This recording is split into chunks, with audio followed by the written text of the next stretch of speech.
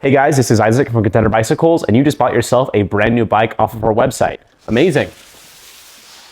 And now it's here, and let's teach you how to build it. Now that you have your new bike here in your hands, the first thing you're going to do before unboxing the bike or doing anything else is take pictures of the box. You want to inspect the box for any and all damage that might have occurred during shipping and note everything you find. In our case, we got a little hole right there, so we're going to take a picture of that just in case. It is also a good idea to note that as you are unboxing this, you're going to want to save any and all packaging that comes out of the box for later. As far as the tools you are going to need to build any of the bikes we ship you, a full set of Allen keys is recommended. A 2mm will not be used for all the bikes we ship, but for some, like with things like lockouts that might be detached, this might be useful to have if it is a mountain bike. 3, 4, and 5mm Allen keys are probably going to be the most common of any of the ones you use. The 3 and the 4 mils will both be used for certain attachments, water bottle cage bolts, brakes, things like that. 5 mils can be used for certain seat post clamps and also be used for pedals if you have Shimano base series pedals. 6 and 8mm Allen keys are also useful on bikes. 6mm Allen key can be used for axles as well as a 5mm, and 8mm are also used for certain kinds of pedals. Now, if your pedals don't use an Allen key, another thing you could use is a 15mm pedal wrench, which is a little bit thinner to get behind the slots of the pedal. And the other things you're going to need to build a bike is going to be a good pair of scissors or some diagonal cutters to cut all the zip ties off the bike. Now, not every single bolt on your bike is an Allen key. Sometimes you might need a Torx key. It looks like this. It is a star head. This is a T25. T25 is going to be used on a lot of Specialized or Scott bikes or any SRAM products as well. On certain Scott bikes, like water bottle cage bolts, steer tube clamp bolts, and etc. are T25s, and anything made by SRAM or Zip, like stems, can also use T25 bolts to install, and then SRAM brakes will also use T25s to install as well.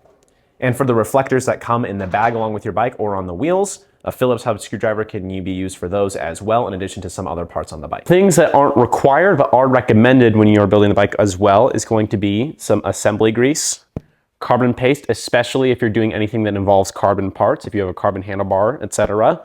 A shock pump for setting up a mountain bike before you go on your ride. A torque wrench. This is also very recommended if you have things like a carbon bar. And then a bike pump to inflate your tires before you go on your first ride as well. When unboxing the bike, just remember to be very careful not to scratch or damage anything on the inside of the box. Whatever blade you decide to use, don't push it in too far, just enough to slice the tape.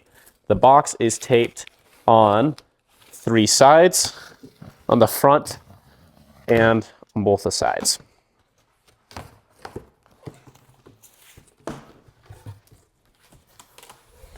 Inside the box, before you pull the bike out, you should also have a folder that's taped to the inside. Looks like this. And you're gonna have some information in here you're gonna look at before you build the bike, and also a contact card. There is going to be a small parts box, this one, just like that. And this is also gonna have any chargers in there if your bike has electronic shifting or if it's an e-bike. This is also a great time to take chargers out of this box and plug them in so you can have those batteries charged when the bike is ready to ride. There's also going to be your front wheel inside of your wheel sleeve, and then the bike itself. Be very careful when you're pulling out the bike. Look into the box, and before you pull the bike out, make sure there's no staples that you're looking for that you could scratch the bike on before you pull it out. The easiest way to build this bike out of the box is going to be first lay it down drive side up on top of the box. Pull it out, watching for staples, lay it down, drive side up. From right here, you can take off all of the packaging of the bike and you can just drop it into the box below. That way you're saving it for future use just in case. And you can use a blade to cut through the tape, but honestly, to avoid scratching your bike, I would recommend just ripping it with your fingers. It's not super hard. You can kind of just pull on it. Masking tape will rip. You can put it down in the box. Box right here is got your handlebar inside of it, and it's just got masking tape holding it closed.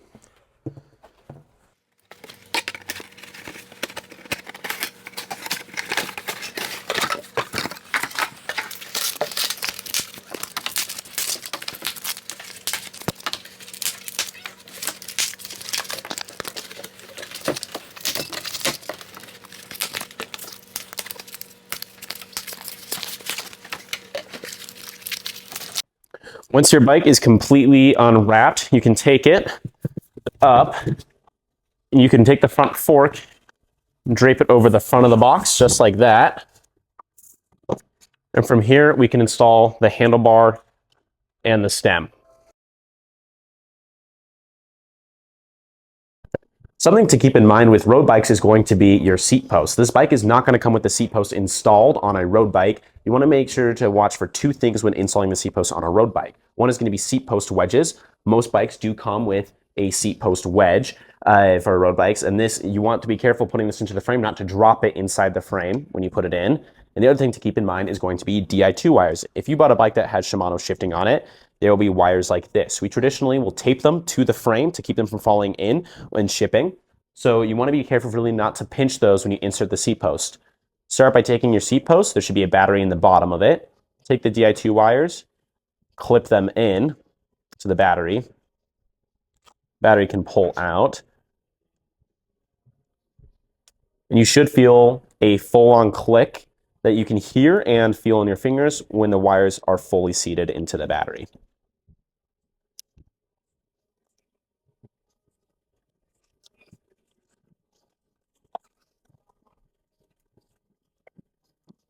Watch that seat post wedge. So make sure not to force any of the wires in. If you feel any form of friction, I would not go any further and double check to make sure you're not pinching any of the wires, because that could be a sign that the wire is being pinched and it will slice if you put the seat post in. Insert the wedge, set the seat post down. There you go. And then tighten the wedge according to the spec on the seat post. And then some wedges, not all, will have something like this, which is a little rubber grommet, which just uses to cover the wedge and keep it protected from the elements. Now, we are building this bike here out of the box, but if you do have a bike stand or you're hanging it by the saddle in any way, make sure to extend the dropper post fully before you hang it, as that's not great on the dropper post.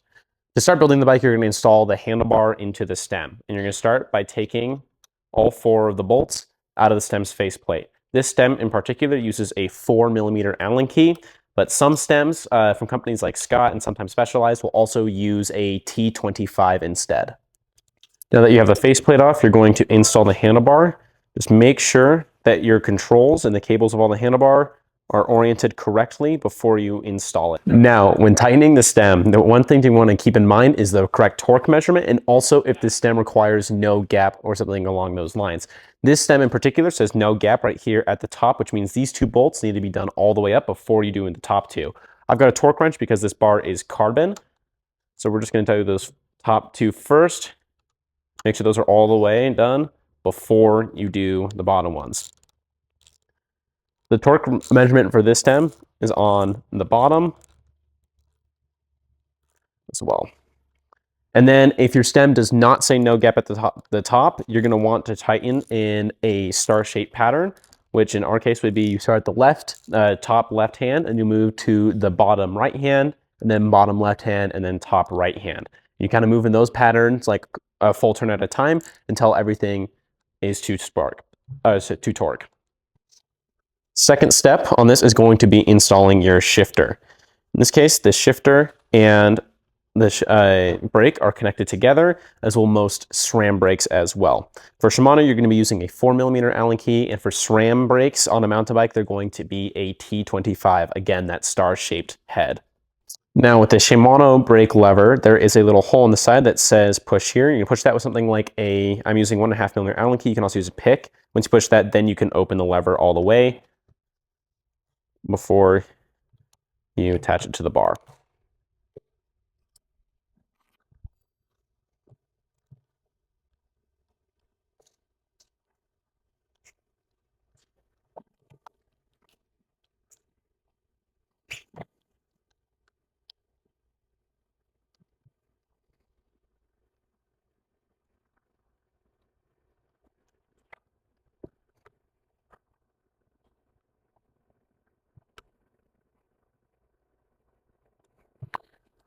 sure that is torque to spec as well. On Shimano brake levers, it's printed right on the side. Same with SRAM levers, and you're going to want to follow the menu. There is actually 2 torque specs when it comes to brake levers.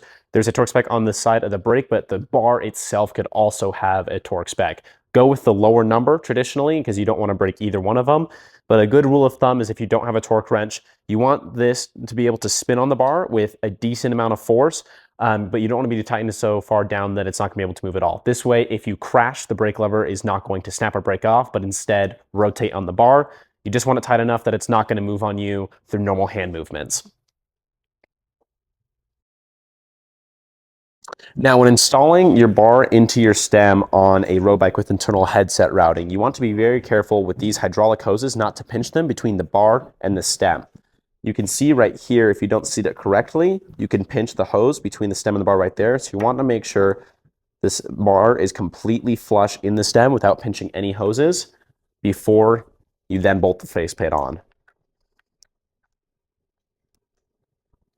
If you bought a bike that, like this one, has a one-piece handlebar stem combo where the stem and handlebar are made out of one piece of carbon, that way we can't take the handlebar out of the stem. When we ship it to you, the entire stem has to come off. So you want to be careful when putting something like this back on because you can see there's 2 cables right there. And be careful when you put this thing back on not to pinch those cables between the stem and the spacers you put it into. So when you slide it down, make sure to look at it from the front, pull those cables all the way to the side. Make sure that you're not going to pinch those underneath the bar before you then tighten down the headset. Next thing you're going to need to do is to install the front wheel. You're going to start by taking out the axle. In this case, it is a quick release, but your axle could also be a 6mm or a 5mm Allen key, depending on the bike. Then you get your front wheel out of its wheel sleeve.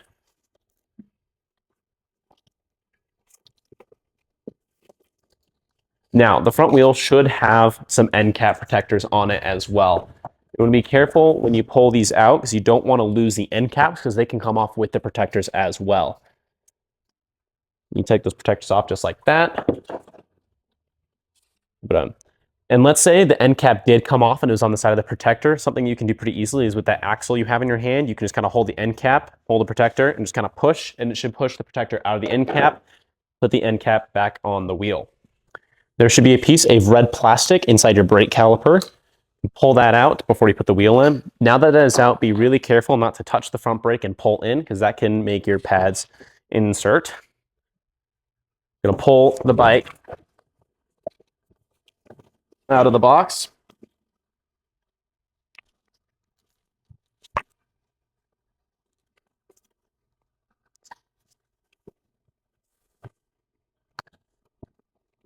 Take your front wheel and keep in mind to note that the rotor goes on the non-drive side before you install it.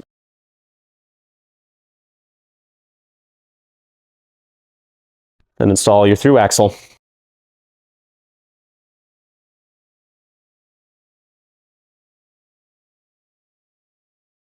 Some bikes that have either a Fox 36 or Fox 38 on them will also have a pinch bolt on the lower leg of the right-hand side of the fork, and make sure to tighten that pinch bolt up as well once you've tightened the through axle through.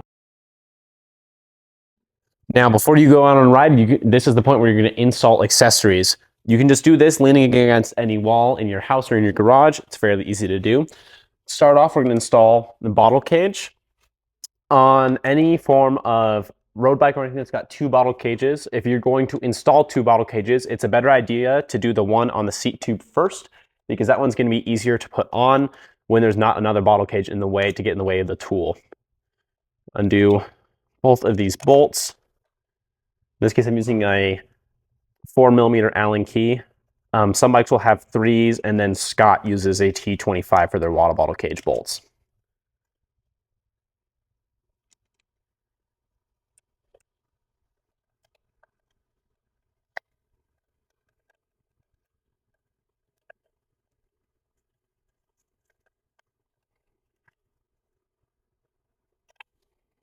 One thing to note with water bottle cage bolts is that these bolts do not need to be extremely tight.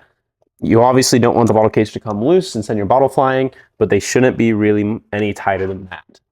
Probably somewhere around the 3 or 4 Newton meter range is plenty. After your bottle cage is on, we're going to move on to pedals. When you have pedals, the back side of the pedal, one will usually say R and one will usually say L, defining the right and the left pedal. We want to double check the pedals and make sure you know which one is right and left before you start. In this case, we're going to start with the right one. The right one is like normal. Go lefty-loosey, righty-tighty. Something to keep in mind is to start your pedals off with your fingers before you use a tool. That way you know the right one's on the right side, because if it threads in forcibly, it's probably in the wrong side. So start off threading it with your fingers and make sure it's smooth before you go.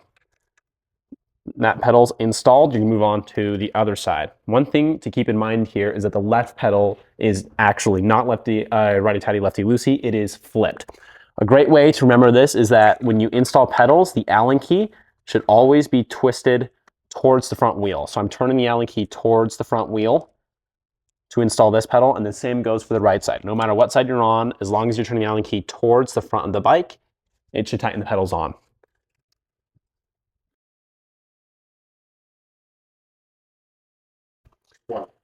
Now, before you go ride the bike, you're also going to want to dial in the cockpit. Start by standing over the center of the bike, and then from here, you can loosen up your stem, just like this, to adjust the bars to whatever roll you want, whether that's forwards or backwards.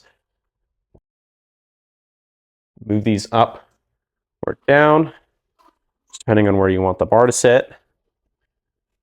This is also a great time to double check your brake levers are in the place you want them. You can use that same Allen key to loosen up your brake levers. Move those up or down to find the exact position you want.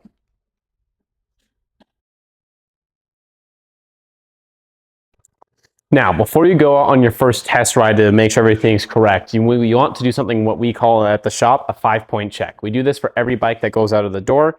First thing you're going to do, put your weight on the handlebars. Make sure the handlebars aren't spinning within the stem. Second thing is going to be clamp the front wheel with your legs and then take the handlebars like this.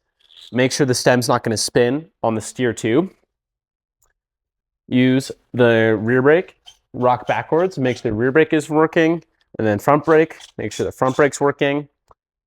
Check your saddle, make sure your seat post is tight. See, that one's loose, it means you have to tighten it up. And then last but not least, take your crank, give it a little bit of wiggle back and forth, and make sure there's no play.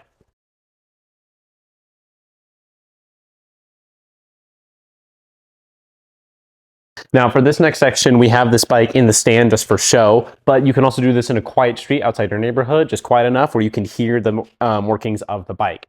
So from here on, we're just going to check to make sure that everything is shifting correctly and indexing correctly. You're just going to want to run through the gears while you ride it. Make sure it's running smoothly, that every gear can be shifted into, it's indexing fine, there's no weird noises.